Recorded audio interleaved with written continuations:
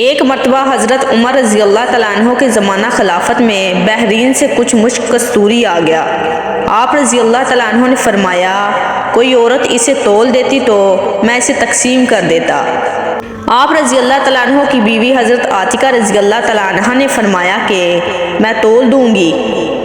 فرمایا تم سے نہیں تلواتا، کیونکہ وہ تولتے وقت تمہارے ہاتھ میں لگے گا اور تمہارا ہاتھ گردن وغیرہ میں لگے گا، لہٰذا اس کا نتیجہ یہ ہوگا کہ تمہارے حصے میں دوسرے مسلمانوں کی نسبت زیادہ مشک آ جائے گا، کیونکہ مشک کا نفع خوشبو ہی ہے۔ جب تمہارے پاس خوشبو زیادہ آئے گی تو تمہارے حصے میں دوسروں سے زیادہ مشک آ گیا۔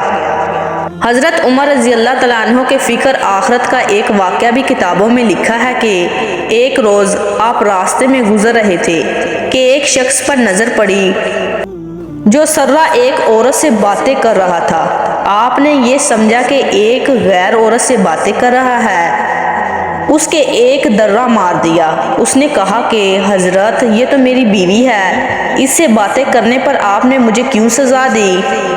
آپ نے فرمایا تمہاری بیوی ہی ہے، مگر تم راستے میں کھڑے ہو کر کیوں باتیں کر رہے ہو، جس سے مسلمان تمہاری طرف سے بے گمانی میں مبتلا ہو کر غیبت کریں گے؟ اس نے کہا ہم دونوں باہر سے آئے ہیں اور ابھی ابھی شہر میں داخل ہوئے ہیں اور یہ مشورہ کر رہے ہیں کہ کہاں قیام کریں۔ یہ سنتے ہی حضرت عمر رضی اللہ تعالیٰ عنہ کو اپنی غلطی کا احساس ہوا اور اس کے جو درہ مارا تھا اس پر وہ پشیمان ہوئے اور آخرت کے بدلے سے بچنے کے لیے اس سے کہا اچھا تم اپنا بدلہ لے لو۔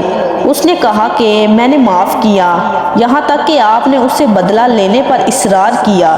اس نے پھر کہا کہ میں نے معاف کیا، یہاں تک کہ جب اس نے 3 دفعہ معاف کر دیا تب آپ کا دل مطمئن ہوا اور آپ نے اسے جزاک اللہ کی دعا دی۔